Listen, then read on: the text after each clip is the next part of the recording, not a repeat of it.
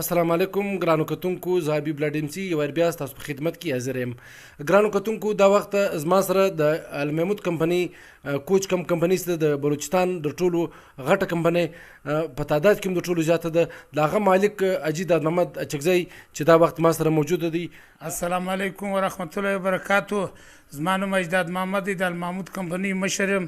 زما سل یو سل شل نوي بسان دي، ډېر ښه سهولت دی. پښین، چمن، کوټه، کراچي، آل پاکستان غټه کمپنی ده.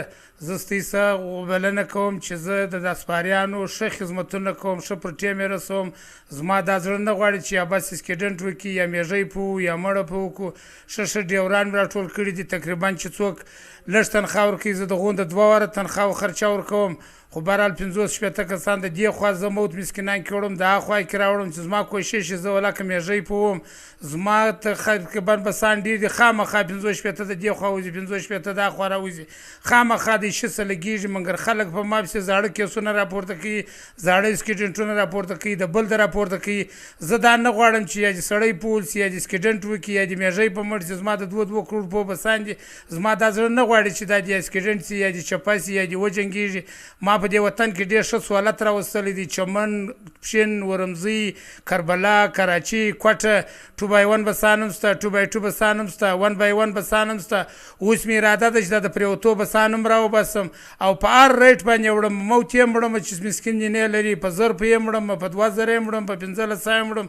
زما دا نه ده خوښه. زما دا خواهش دی چې د عوام زما څخه خوشحاله سي، د سرکار زما څخه خوشحاله سي. زه نه پریشاني راولم، نه غم راولم، نه میږی په ومه، نه چاته تاوان رسوم. بهرحال زما سره به خامخا خلافت خلک زما سره بلوچستان ښه ډریوران شته، پښتانه ښه ډریوران شته چې په دا روډ باندې په آل پاکستان کمپنۍ رجسټر کمپنۍ د پاکستان کې ښه ډریوران دي.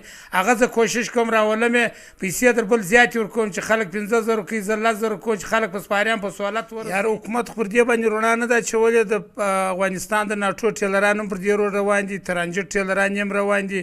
زموږ د پاکستان ترانسپورټ تقریبا موږ په 74 بسان د یوې خوا وځو، په 74 بسان د بلې خوا وځو. سنګل روډ دی، هېڅ حفاظت یې نشته، هېڅ جوړ یې نشته، پلونه یې مات دي، ټکټران پر روان دي، خره پر روان دي، نور شیان پر روان دي. زموږ سره سرکار په دې کې هېڅ بلنه نه ده کړې، نه زموږ سره مدد کړی دی. خبره صحیح ده. موږ پر دا کراچي پر دسپیاله چې ورشوس یې د وټ پر غرو شوس یې دا د ډبرې ګاډیانې را روان دي، 2 ګازه ډبرې وتلي دي. خدای نه خسته که چیرې دا بس د دې ډبرو سره وموښلي، وار مښته دي، 10 کاسه مړه، 40 کاسه مړه، سلسل ګاډۍ د شپې روانې دي، ډبرې راخیستې دي، 2 ګازه پر دې خوا تیر دي، 2 ګازه پر دې خوا تیر دي. نه ډریور ته اندازه ورکوي، نه منشي ته اندازه ورکوي، نه هغه ته بار دا اسکیډنټونه سوي دي ډبرې په ګاډۍ کې. ټیلران دي، نه بتۍ لري، نه برک پتۍ لري، نه چمک پټۍ، هېڅ یې پر روډ ودروي.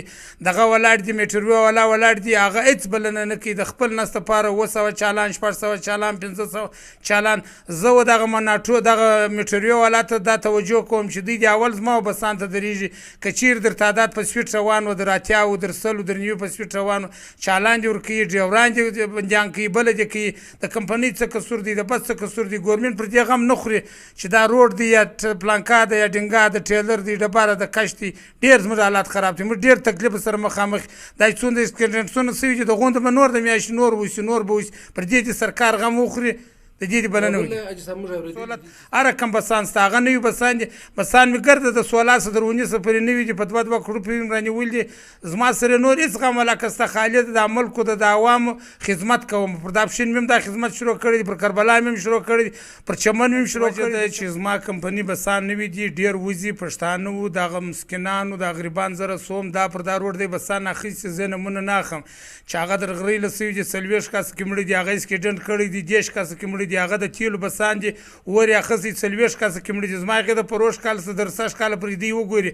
دا اوس یو اسکیډنټ سوی دی، هغه مقابلي ویټس کې 8 کاسه سپاره دي، د پمپ والا سزغلی زما په بس کې وویله. یو مقصد زما ډریور کلینډر مړه شو. نو ډریور کلینډر دا زړه غواړي چې زه به مړ شم. ټکټر روان دی، د لورلایي سره روان دی، بتۍ نه لري، شی نه لري، پر جي ټي روډ روان دی. دا د سپاري بس ټیم ته ځان رسوي.